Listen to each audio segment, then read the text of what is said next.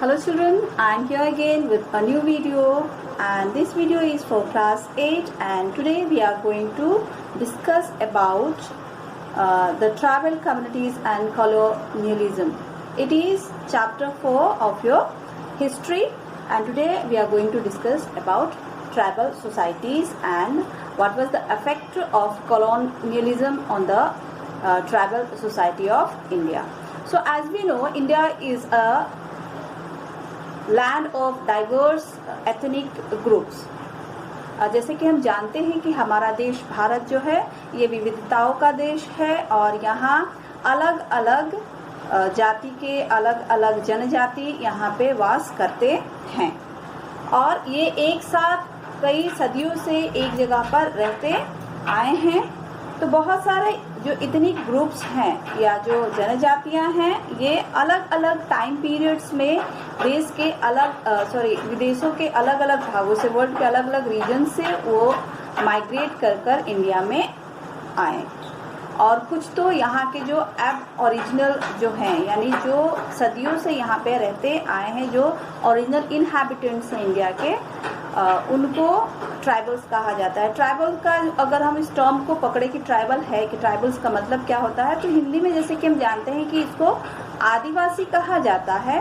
तो आदिवासी कौन है? आदिवासी यानी जो आदिकाल से भारत में रह रहे हो उनको हम आदिवासी कह सकते हैं। आदिकाल से भारत में जो निवास कर रहे हैं उनको हम आदिवासी कहेंगे। तो ये कम्युनिटीज जो होते थे आदिवासी, इनकी अपनी एडमिनिस्ट्रेटिव सिस्टम होती थी, अपना कल्चर, अपना रिलीजन, अपना सोशियो पॉलिटिकल इंस्टीट्यूशन। और ये जो जनजाति होती थी ये ज़्यादातर हम देखेंगे ऐसे इलाकों में रहते हैं जहाँ लोगों का पहुँचना मुश्किल है, यानी दुर्गम इलाकों में, डिफ़िकल्ट टेरेन में। और ये किस वजह से? क्योंकि जब अगर हम कहें कि इंडिया में जो रेसेस हैं जैसे द्राविडियन हो गए या फिर आर्यन रेस के हो गए या तिब्बतियन रेस के लोग हो गए, तो मूल निवासी आर्यंस नहीं हैं इंडिया के। ये सेंट्रल एशिया से माइग्रेट कर इंडिया में आए थे। और जब वो इंडिया आए तो यहाँ के जो मूल निवासी थे वो इनसे डर के, आर्यन से डर के, ये आप लोगों ने 6 से 7 में इसको पढ़ा भी होगा कि आर्यन से डर के ये जो डिफ़िकल्ट टेरेन से, यानी जो माउंटेनियस रीजन है या फिर डिजर्ट एरिया है या जंगल है, वहाँ जाकर ये रहने लगे ताकि ये आर्यन से बचे रह सके। तो इस वजह से इनको ओरिजिनल इनहैबिटेंट्स ऑफ इंडिया भी कहा जाता है, यानी यही है हमारे देश के ओरिजिनल इनहैबिटेंट्स या रहने वाले।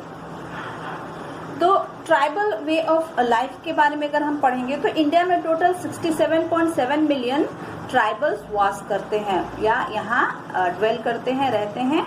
इतने ट्राइबल्स इंडिया में रहते हैं। तो लिटरेरी, जैसे मैंने कहा कि इनको ओरिजिनल इनहैबिटेंट्स ऑफ इंडिया कहा जाता है। तो ट्राइबल हिस्ट्री के बहुत सारे सोर्सेज हमको नहीं मिलते ताकि हम पढ़ सकें कि ट्राइबल हिस्ट्री है क्या या ट्राइबल्स कैसे आए, क्या उनका योगदान रहा।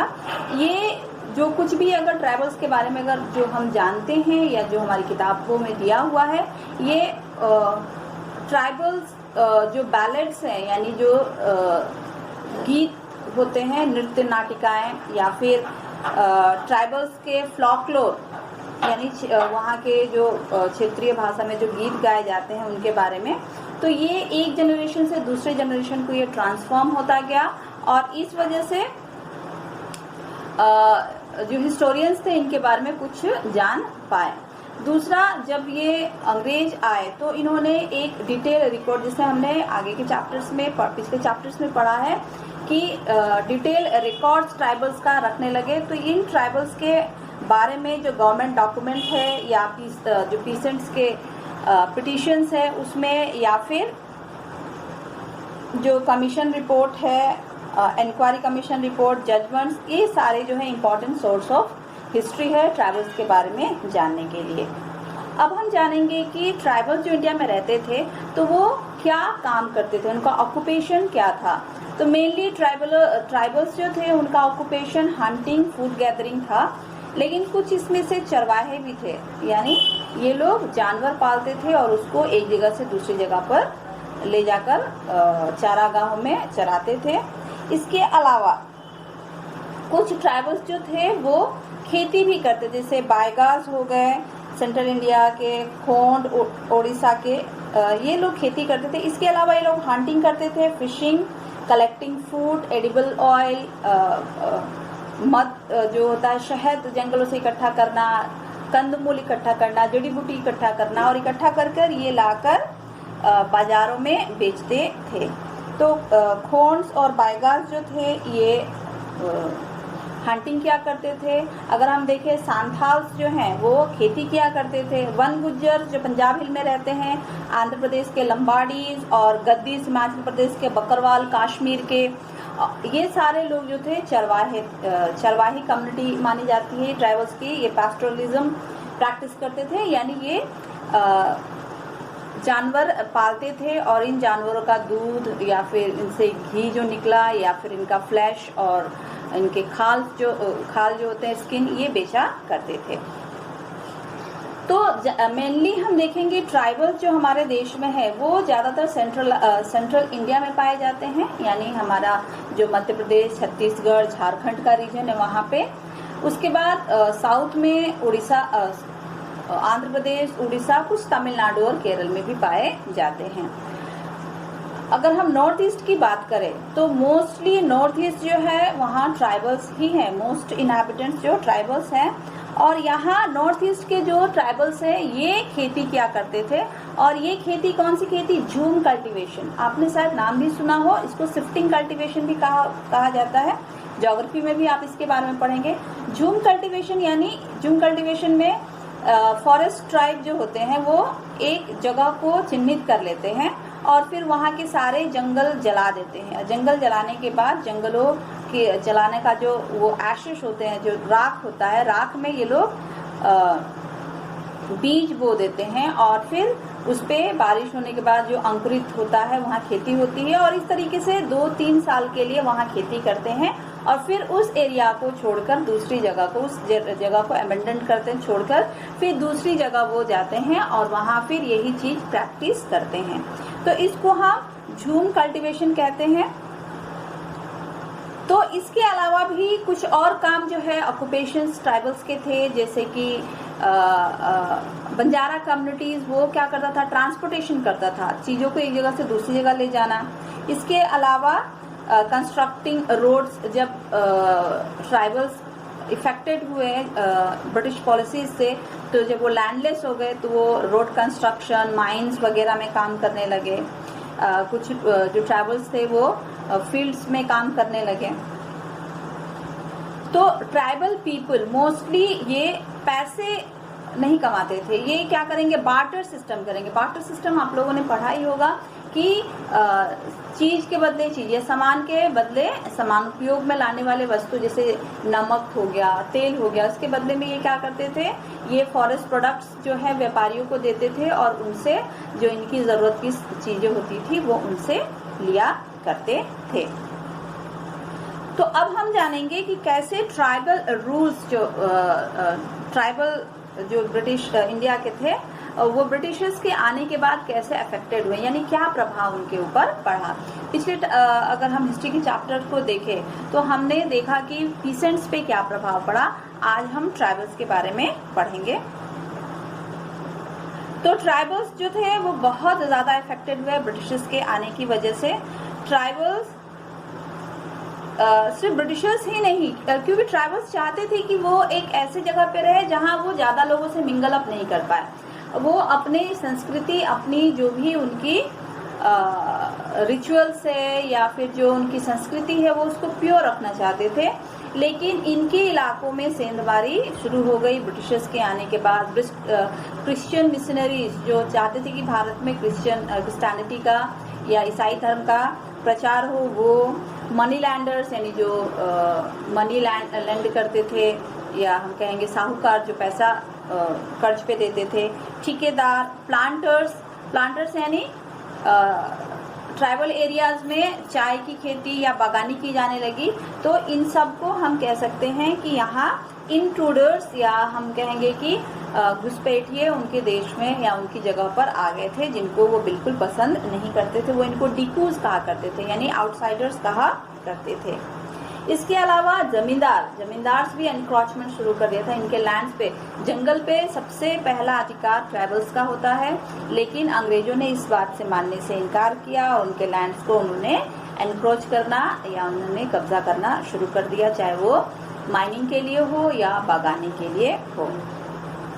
पहले ट्राइबल एरियाज जो थे उसमें ट्राइबल चीफ्स एडमिनिस्ट्रेशन देखते थे। ट्राइबल चीफ यानी कबीले के सरदार। अंग्रेजों ने चाहा कि ये कंट्रोल करे ट्राइबल एरियाज को, लेकिन ये बहुत ही डिफिकल्ट था क्योंकि ये मेन स्ट्रीम में नहीं थे और ये बहुत ही ऐसी जगहों पे जहाँ जाना मुश्किल हो, आना जाना मुश्किल हो, दुर्गम जगहों पे रहते थे, जैसे मैंने बताया कि जंगलों में या पहाड़ों में या डिजर्ट रीजन में।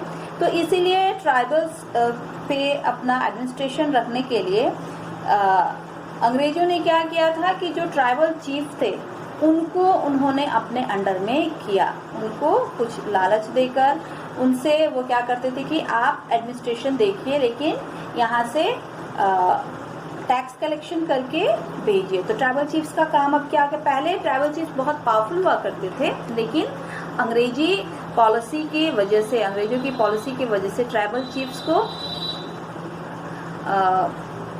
हम कह सकते हैं कि उन्होंने सुपर माउंटेसी कबूल किया, उन्होंने अंग्रेजों के नीचे रहना कबूल किया, उन्होंने ट्राइबल एरिया से टैक्स कलेक्ट करके वो अंग्रेजों को नजराने के तौर पे पेश किया करते थे। ऐसा एग्जाम्पल है भील्स जो साउथर्न गुजरात के आदिवासी है, उन्होंने टैक्स कलेक्शन करके भेजना शुरू किया अंग्रेजों को। उसके बाद इसी तरह से जो बंजारास हैं उनको भी अपने लैंड पे टैक्स देना पड़ा। तो ब्रिटिशर्स के आने के बाद हम देख सकते हैं कि ट्राइबल चीफ्स जो थे उनका एडमिनिस्ट्रेटिव जो रुतबा था वो कम हो गया, क्योंकि अब ब्रिटिशर्स कंट्रोल करने लगे ट्राइबल रीजन्स को, और वो सिर्फ उनके नुमाइंदे बनके या उनका कठपुतली बनकर रह गए थे। ब्रिटिश कॉलोनियल रूलर्स को ट्राइबल्स ट्रिब्यूट या नजराना, या हम कह सकते हैं कि पैसा हो या फिर जंगल के प्रोडक्ट्स हो, वो उनको नजराने के रूप में देते थे, ताकि उनको ट्रेडिशनल फॉरेस्ट राइट्स जो हासिल है, यानी सरदार को एडमिनिस्ट्रेशन करने का जो हक हासिल है वो उनको हासिल रह सके। तो इस तरीके से ट्राइबल्स जो थे उनको उनके लैंड से डिप्रेस किया गया, उनको बेदखल किया गया। अल्टीमेटली ये लैंडलेस ट्राइबल्स जो थे ये कम तनख्वाह पर ये बागानों में, चाय बागान हो या फिर संतरे की खेती हो, बागानों में काम करने पे मजबूर हुए। कंस्ट्रक्शन साइट्स पे रेल कंस्ट्रक्शन या रोड कंस्ट्रक्शन में काम करने पे मजबूर हुए, और उनका जो ट्रेडिशनल राइट्स यानी वन पे, या हम कह सकते हैं कि जंगलों पे अगर किसी का अधिकार था इससे पहले तो वो ट्राइबल्स का था।